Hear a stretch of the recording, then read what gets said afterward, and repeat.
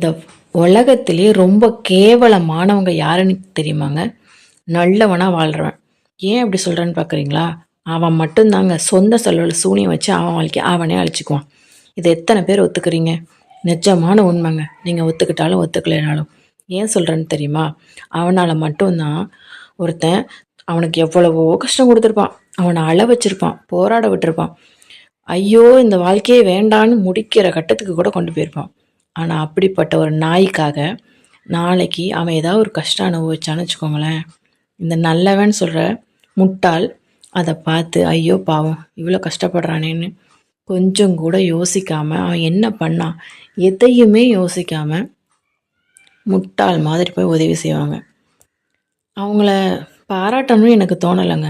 ஏன் சொல்றேன்னா, அவங்கள சந்தோஷமா வச்சுக்கிறதுக்கு என்ன செய்யணும்னு யோசிக்கிறத விட்டுட்டு, அவங்களுக்கு துரோகம் பண்ணவங்கள சந்தோஷமா வச்சுக்கிறதுக்கு என்ன பண்ணுறதுன்னு யோசிக்கிறாங்க பார்த்தீங்களா?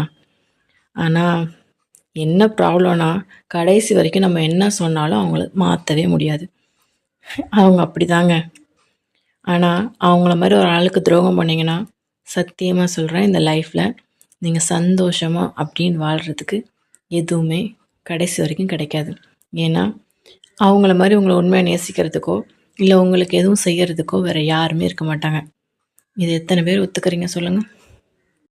ஆனா என்ன பண்றதுங்க? அந்த முட்டாளுங்கள வேற யாருமே அழிக்க வேண்டாம். அவங்களே அவங்க அழிச்சுக்குவாங்க.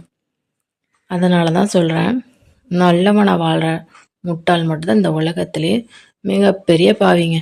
அவனால வாழவும் முடியாது, சாகவும் முடியாது. என்ன பண்றது? பார்த்துக்கலாம்.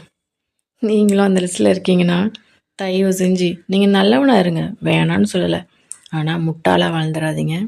துரோகிங்கள சந்தோஷமா வாழ வைக்கிறதுக்கு ஏதாவது பண்றேன்னு சொல்லிட்டு, உங்க சந்தோஷத்த அழிச்சுக்காதீங்க. புரிஞ்சிருக்கும்னு நெனைக்கிறேன்.